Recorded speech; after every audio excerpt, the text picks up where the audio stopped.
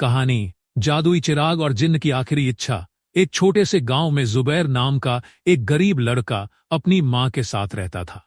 जुबैर हर रोज जंगल से लकड़ियां काट कर बेचता और मुश्किल से 2 वक्त की रोटी का इंतजाम करता। एक दिन जंगल में लकड़ी काटते हुए उसे मिट्टी में दबा हुआ एक पुराना चिराग मिला। जुबैर ने चिराग को साफ करने की कोशिश की और जैसे ही उसने चिराग रगड़ा, उसमें से धुआं निकलने लगा और एक बड़ा सा जिन्न प्रकट हुआ। जिन्न ने कहा, मैं इस चिराग का गुलाम हूं, मैं तुम्हारी 3 इच्छाएं पूरी करूंगा। लेकिन याद रहे, तीसरी इच्छा के बाद मैं हमेशा के लिए आजाद हो जाऊंगा। जुबैर हैरान और खुश था। उसने तुरंत अपनी पहली इच्छा मांगी, मुझे और मेरी मां के लिए एक सुंदर घर चाहिए। जिन्न ने चुटकी बजाई और गांव में जुबैर के लिए एक शानदार महल खड़ा हो गया। जुबैर और उसकी मां खुशी खुशी उस महल में रहने लगे।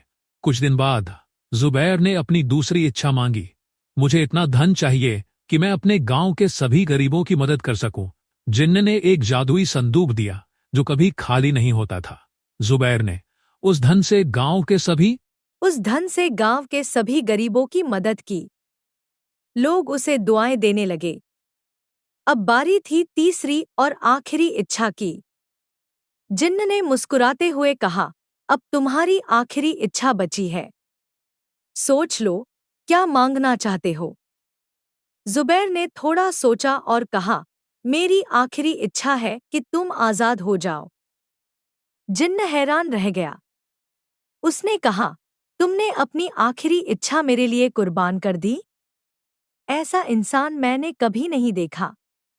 जुबैर ने मुस्कुराते हुए कहा, आजादी सबका हक है। शायद तुम्हारी खुशी में ही मेरी खुशी है।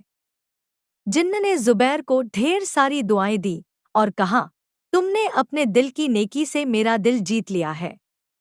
अब यह चिराग हमेशा तुम्हारे साथ रहेगा और तुम्हारी मदद करेगा, चाहे तुम मुझे बुलाओ या न बुलाओ। जिन्न आजाद हो गया। जुबैर ने अपनी मां के साथ सादगी से अपनी जिंदगी बिताई और गांव में हमेशा अपनी दरियादिली के लिए याद किया गया। समाप्ति। नेकी और दिल की सच्चाई।